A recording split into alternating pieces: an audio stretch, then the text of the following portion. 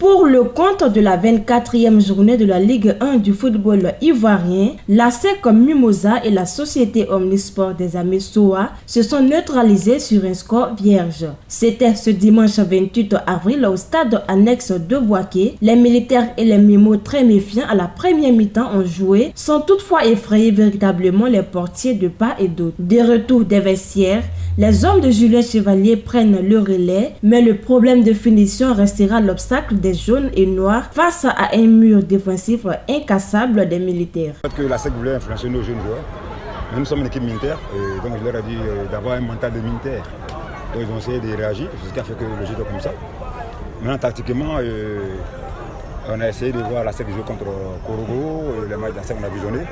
On a essayé de mettre en place une stratégie pour pouvoir les contrer. Et puis maintenant, leur donner le coup fatal, mais malheureusement, on n'a pas pu marquer vers la fin.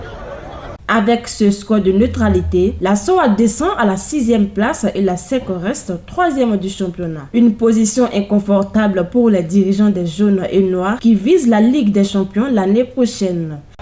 On a du mal à marquer, on a vu qu'on a des adversaires qui ont compris qu'il suffisait de bien défendre pour espérer après un petit contre. On a vu une équipe de la SOA qui a défendu tout le match.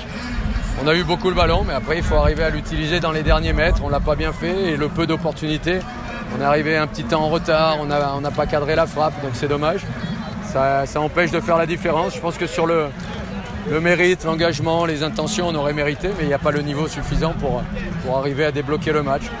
Après c'est en plus de tous les autres paramètres. Peut-être qu'avec un peu plus de temps, cette équipe aurait été fatiguée, on aurait pu finir, mais les arbitres étaient pressés de rentrer à la maison.